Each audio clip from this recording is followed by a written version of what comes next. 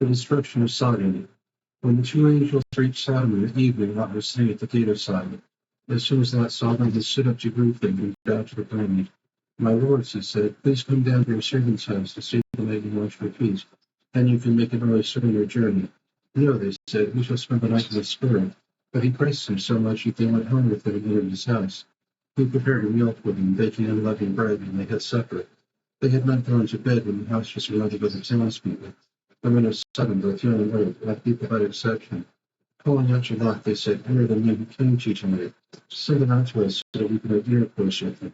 Lot came out to them at the door, and having shut the door behind him, said, please, brothers, do not be wicked. Look, I have two daughters who are virgins. I am ready to send them out to you, for you treat as you please. But do nothing to these men, since they are now under the protection of my roof.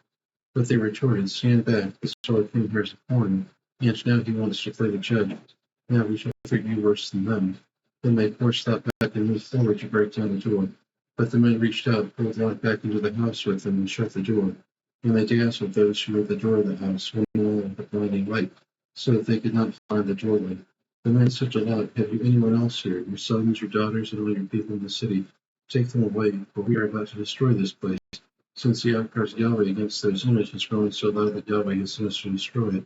So Lot went up and spoke to his future sons-in-law who were to marry his daughters. On your feet, he said, leave this place, for Yahweh is about to destroy the city. But his sons-in-law thought he was joking. When dawn broke, the angels urged Lot on your feet, take your wife and your two daughters who are here, or you'll be swept away in the punishment of the city. And as he hesitated, the men seized his hand in the hands of his wife and his two daughters, Yahweh being merciful to him, and led him out and left him outside the city. When they had brought him outside, he was told, flee for your life, do not look behind you or stop anywhere in the plain. Flee to the hills, or you'll be swept away. Oh no, my lord, Lot said to them, you have already been very good to your servant and shown me even greater love by saving my life. But I cannot flee to hills, or disaster will overtake me, and I shall die. That town over there is near enough to flee to and is small. Let me flee there. After all, it is only a small place, and so is your life. He replied, I grant you this favor too, and will not overhear the town you speak of. Hurry, flee to that one, for I cannot do anything until you reach it. That is why the town is named Zorah. The sun rose over the horizon just as Lot was entering Zorah. Then Yahweh ran down Sodom and Gomorrah, brimstone and fire of his own sending.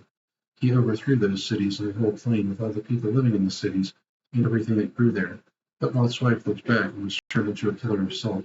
Next morning, Abraham hurried to the place where he had stood before Yahweh, and looking toward Sodom and Gomorrah and the whole area of the plain, he saw the smoke rising from the ground like smoke from a furnace.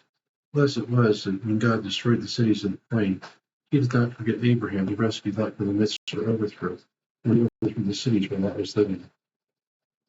Genesis 19, 1 through 29, the New Jerusalem Bible.